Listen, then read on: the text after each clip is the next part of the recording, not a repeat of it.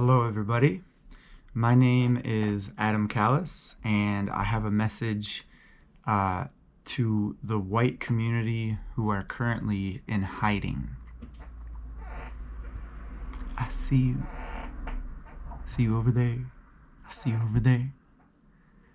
What do I mean by in hiding? We're going to get to that. But I want to start by saying that this message isn't for white folks who are outwardly racist and bigots and who aren't ready for change. Change can only help when somebody wants to change, and we can only help that process along with important messages like this one.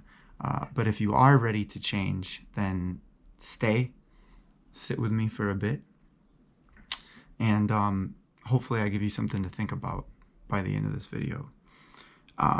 This message is for my white community who are currently in hiding. What happened to George Floyd is disgraceful, terrible, and what's even more, maybe not more terrible, but just as terrible, is the number of people who are still not talking about this and who are not engaging with this conversation that we all, and by we I mean anti-racists, have been trying to have for years. And they're hiding from engaging with this conversation because they have the ability to. Because we have the ability to. We now, as white people, I'm saying, we have the ability to just sit back and just let everything happen and stay on the outside because it doesn't affect me. But it's time to stop, especially if you're a white person who is wanting to make real change. It's time to stop just sitting on the outside in the white bubble of comfort and safety and looking into the terrible things that are happening in the world and continuing to just let them happen without at least looking at yourself and how you think about these things and how you engage with these things. That's for a little more later. Let's talk about some other things first. This message is very strategically aimed at white folks who are in hiding and who want to change. People who are ready to become more anti-racist, and people who are ready to recognize their flaws and their blind spots. But it's people who are still just not doing it because they can just comfortably, idly sit by and let everything happen and watch everything happen and not engage with it because they're safe from it. This message is for you.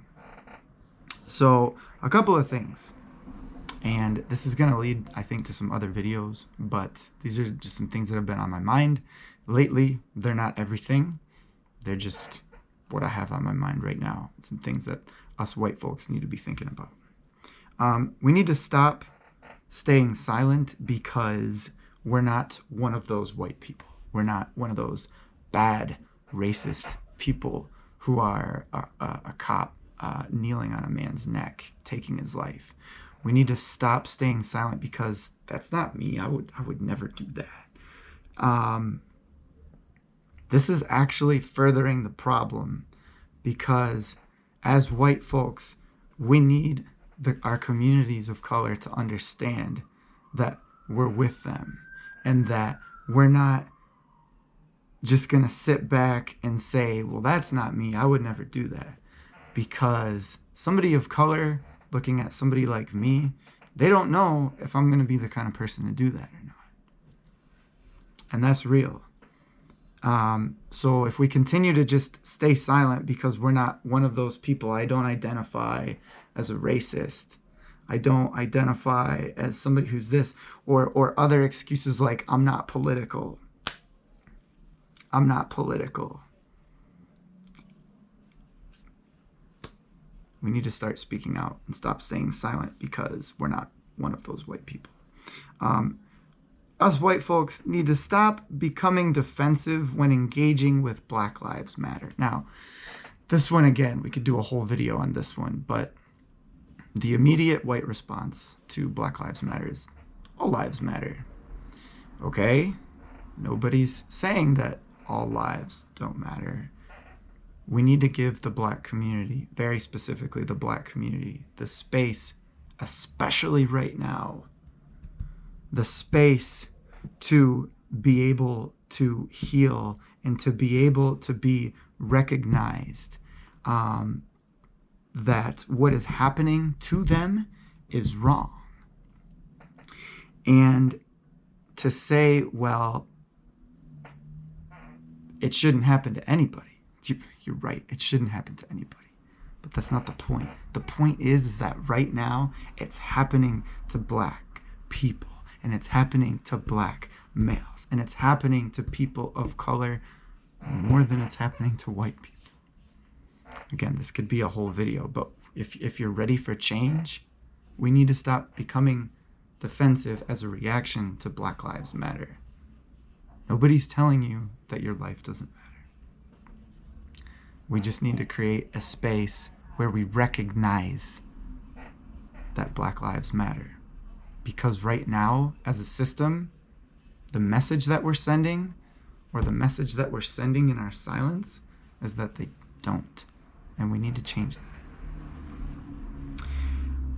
One thing that I've heard a lot from white people that we also need to stop doing is comparing being Black to being white and poor, or to being white and having it tough.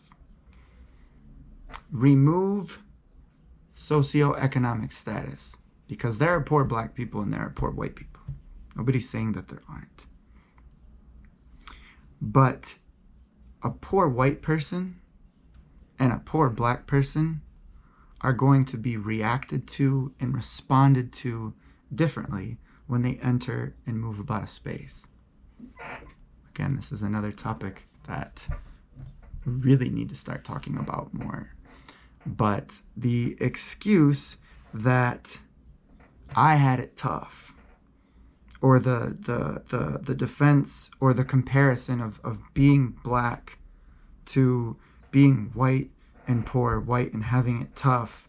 First off, why are the comparisons that are often used, being white connected to poor and Black, or having it tough and Black? Like, let's just get rid of all that. If you're a white person who's ready to change, we need to get rid of all that.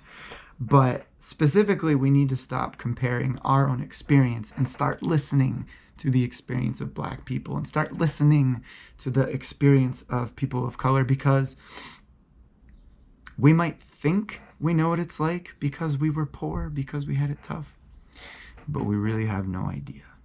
And that's the point. Another thing that we as white folks who are ready to change need to stop doing is knowing that things aren't okay with what we see or hear from our friends and family, now we're talking about, and just letting folks get away with it.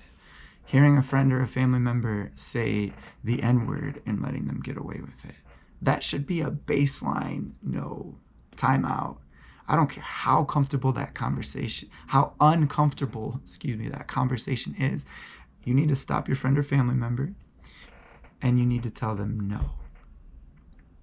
Or if you see anything else related to that you know isn't right, or that makes you uncomfortable, that makes you go, I don't know, you need to engage them with that difficult conversation. And that's all I'm going to say about that for now. The last thing, and this is going to be hard because there's a lot of white folks that really want things to change and still do this, and that's thinking that because they have a spouse or friends of color, you are exempt from speaking up, or you get like that pass, and by having Black friends or friends of color, or a spouse who's Black, or a spouse who's a person of color in general, that like you have some type of pass that like what you're doing is enough because you've chosen to build relationships with these people. Great. That is an awesome first step It does not exempt you from doing your part and speaking up. In fact, it makes you more obligated to support those people, because those people need to see you as a white person standing up for them and going to bat for them and defending them and helping them, because you have that relationship with them.